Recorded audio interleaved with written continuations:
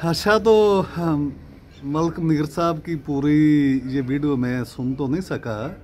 आपने इंजॉय कर रहा था माहौल को, लेकिन बात ये है कि मैं सिर्फ एक लफ्ज़ सुन सका हूँ कि हाजी साहब एजड ज़रूर हैं। मैं लफ्ज़ एजड को डिस्कस करना चाहता हूँ। इंसान एजड नहीं होता, इंसान के जज्बात एजड हो जाते हैं, और जिस इंसान के जज्बात एजड नहीं होते वो इंसान कभी एजड नहीं होता।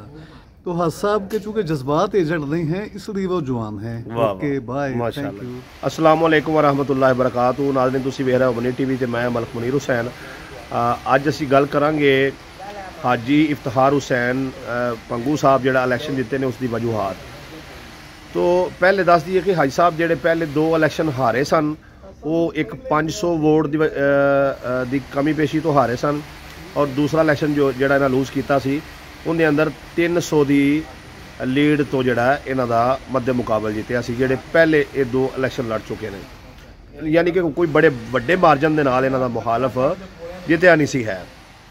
तो हाजी इफ्तिखार पंगू साहब के जितन की वजह है और मियाँ अबू बकर के हारन की वजह है।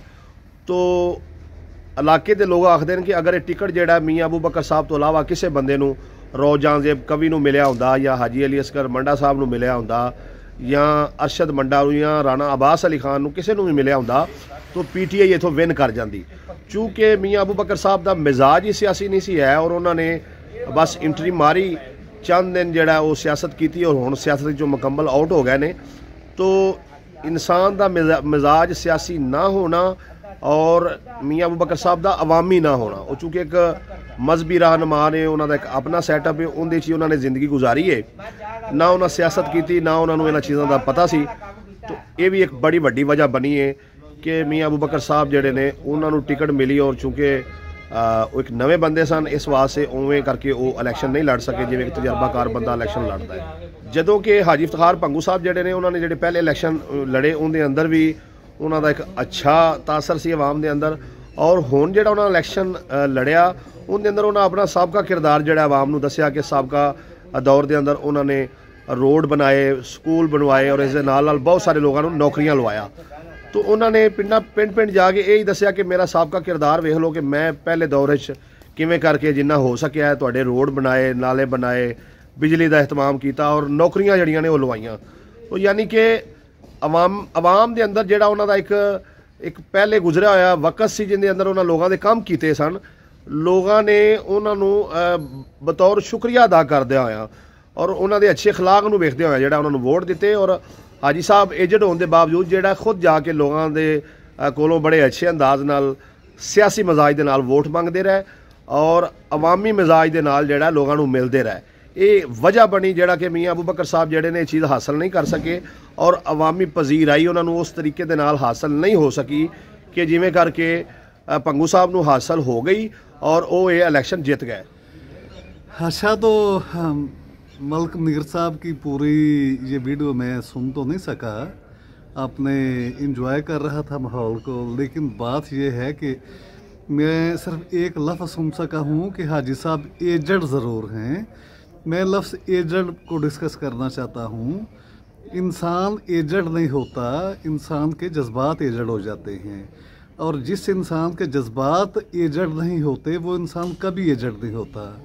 तो हाज साहब के चूँकि जज्बात एजड नहीं हैं इसलिए वो जवान हैं। Okay bye, thank you. तो नाजरीन आपने सुना कि एम जमशेद रफीक मलिक साहब ने अपनी राय दी और उनकी राय जो है वो बिल्कुल ठीक है, मैं इससे इत्तेफाक करता हूँ। एजड से मुराद मेरी ये थी कि वो एज के आखिरी हिस्से में है, इसके बावजूद जो है उन्होंने बड़ी मेहनत की और लोगों को बहुत ज़्यादा टाइम दिया और उनका जो सबका किरदार था, जो सबका लोगों से मोहब्बत थी, उन सारी चीज़ों को सामने रखते हुए जो है आवाम ने उन्हें जो है एमपी मुंतखब किया और वो जीत गए और उनका मद्दे मुकाबल जो है मियाँ अबू बकर वो इलेक्शन हार गए। तो यानी कि जो हाजी इफ्तिखार पंगू साहब हैं उनके जो साबका काम थे वो जो उन्होंने लोगों को नौकरियां लगवाया हुआ था, यानी सर उमर साहब हैं गाज़ीपुर से, ऐसे ये जो ये शाही बरादरान है जिनमें सर सुहेब सुचियार हैं और एक दूसरे हैं, तो इनको भी जो है ये हाजी इफ्तिखार पंगू साहब ने ही नौकरियां लगवाया था। इस तरीके से बहुत सारे लोगों को अपने दौर में वो जितने लोगों को नौकरियां लगवा सके उन्होंने लगवाया। तो ये सूरत हाल थी। और यहाँ पर मैं आपको ये भी बताता चलूँ कि जो वो पहले 2 इलेक्शन हारे थे उसमें मेजर जवेद नसरुल्लाह जो उनके अजीज़ हैं वो उनके मुखालफ जो है वो हमेशा जो है मुखालफ धड़े का साथ देते थे, मुखालफ रहते थे, इसलिए जो जट बरादरी है उनका वोट तकसीम हो जाता था। इसलिए वो एक दफ़ा 800 वोट की वजह से इलेक्शन लूज कर गए, एक दफ़ा 300 वोट की वजह से इलेक्शन लूज कर गए। अगर वो जट बरादरी का जो 4-5 हज़ार वोट है वो उनके खिलाफ चला जाता था, उन्हें मिलता तो वो 2 इलेक्शन भी भारी अक्सरियत से जो है वो जीत जाते। तो इस दफ़ा जो है ये चीज़ नहीं थी, तो ये भी एक बड़ी वजह बनी। जट बरादरी जो है उन्होंने उनका भरपूर साथ दिया, पाकिस्तान मुस्लिम लीग नून ने उनका भरपूर साथ दिया, राना तनवीर हुसैन ने उनकी भरपूर कंपेन की। तो ये सारी चीज़ें जो है जमा तफरीक करके जब इसका रिज़ल्ट निकला तो आवाम ने देखा कि चूँकि हाजी इफ्तिखार साहब का मिजाज अवामी था, वो अवाम में रहने वाले थे, अवाम के साथ उन्होंने पहले बहुत ज़्यादा वक्त गुजारा हुआ था, तो वो इलेक्शन जीत गए। और नौवारद सियासतदान जो मियाँ अबू बकर साहब थे वो आए, इलेक्शन लड़ा और छू मंतर करके हल्के से गायब हो गए और आज के दिन तक बिल्कुल गायब है। कभी उन्होंने कोई सियासी बयान, सियासी मामलात, लोगों की खुशी गमी में आना जाना सब कुछ बिल्कुल मुकम्मल बंद कर दिया हुआ है।